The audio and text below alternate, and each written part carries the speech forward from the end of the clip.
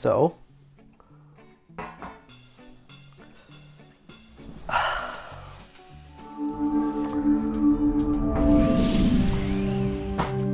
there we are. Here's a fun one.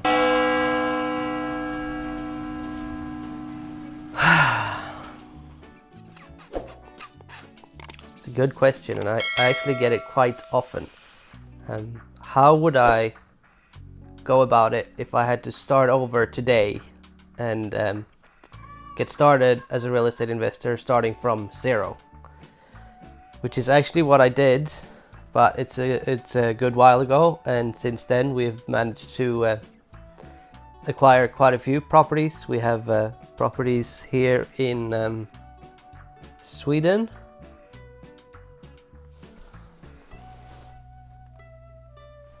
and we also have properties down here in Florida.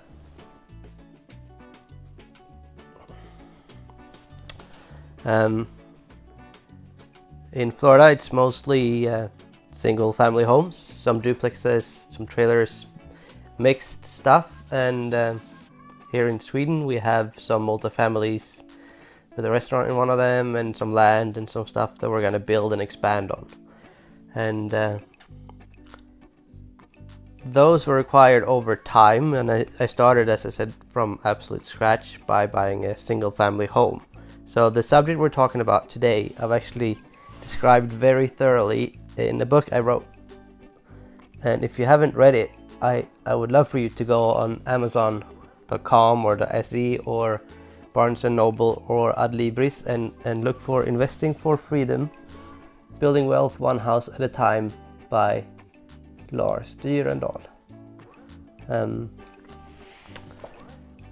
In this book I've described more or less the purchase of every single house I've done the first, I think it's the first 10 or 12 at least, and the story around it and the situation I was in and how I financed it and what made me buy it and what they produced in the end, how it worked out as a deal and all that sort of stuff. So it was actually a really fun book to write because it got me an opportunity to think back on the whole journey from the start. And I'm not that old, so we're just, in my opinion, still in the beginning of this here, hopefully longer journey. But if I were to start over today as a real estate investor, starting on zero, what would I do? So things are definitely a little different. It's very much a seller's market when it comes to properties right now in both Sweden and Florida. And from what I hear from a lot of people that want to get started, it's hard to get a mortgage. And even if you get a mortgage, they require quite big down payments. And since there's such demand for properties, the prices are rather high, so the down payment you need tends to be rather big. And if we talk about starting over, like when I got started, I actually got started without money of my own. So hypothetically, that would be where we start. And if I were in that position, I'd start with something that I think works really well and is the easiest. And if you're new to any business, I'd always suggest try to make money in that business the easiest way, and then you can expand into different kinds of like more advanced strategies later. But I maintain starting simple is quite clever. And to me, that in real estate means buying and holding a single family home or maybe a condo or something like that. So I would go out and look for a single family home or a condo that's priced relatively well, that maybe has a bit of work where you can put some sweat equity into it to increase the value and stuff.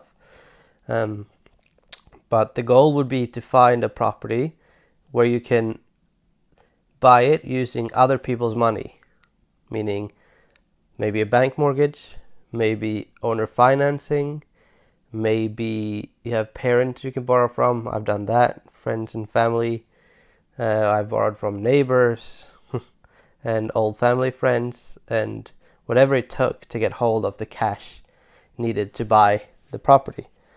Sometimes it's really hard to get a property bank financed when you go out and buy it, especially if you're gonna buy it and rent it. And most banks don't want to look at a house that you're buying to rent as an investment, but rather look at it as a place as if you bought it for yourself. So they would require you to have a rather good salary. So if you have a salary, absolutely do your best to get a mortgage.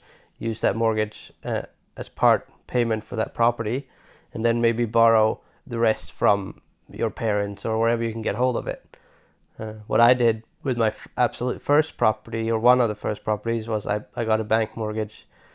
I think it was 75% or 80% from the bank, and then I borrowed the rest from my dad.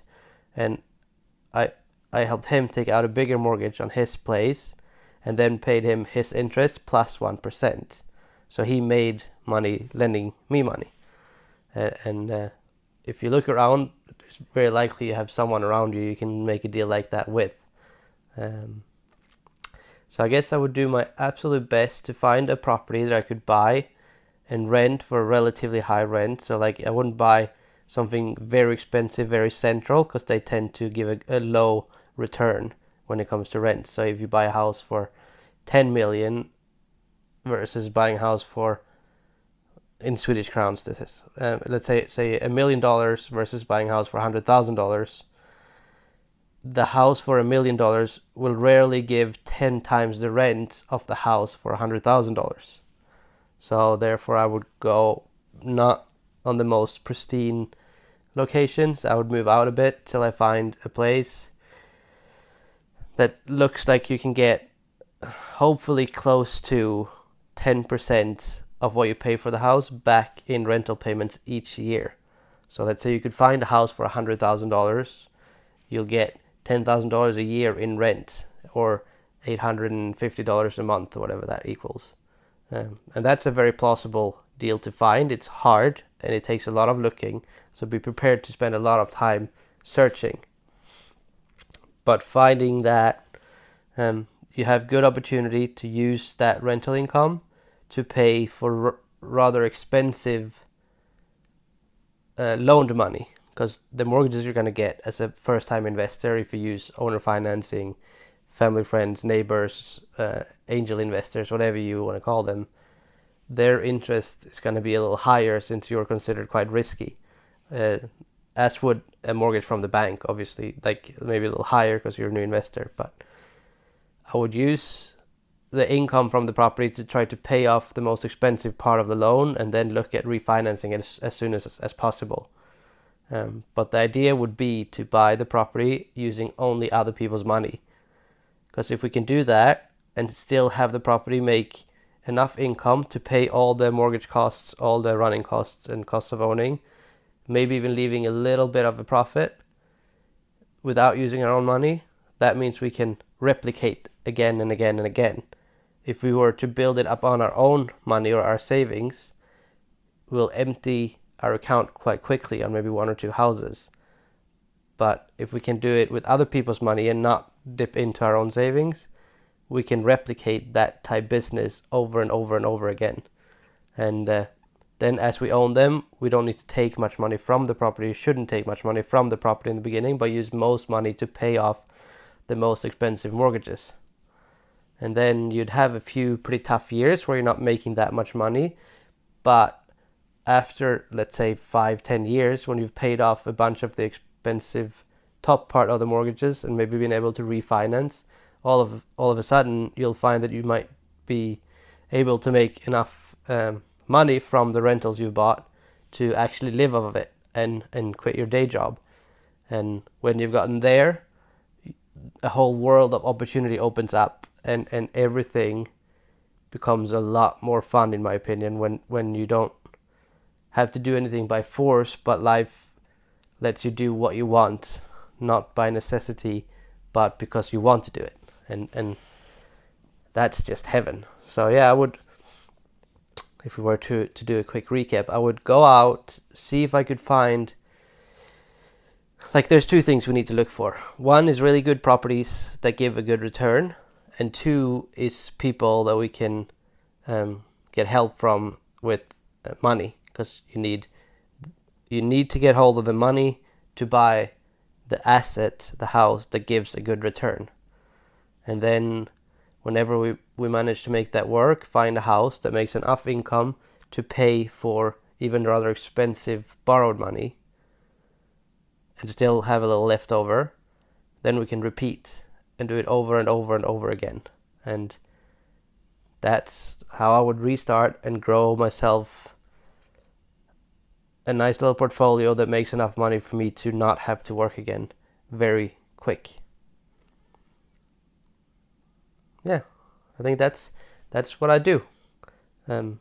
With that said, like, there's always options when you have the properties. If you want to, you can always sell them and stuff like that. But base your purchases on a house that gives a good return on investment, that pays you money for owning it. Because with good loads of rental money coming in, you're not usually stuck in a position where you have to sell because you're cash flow negative or you're draining money.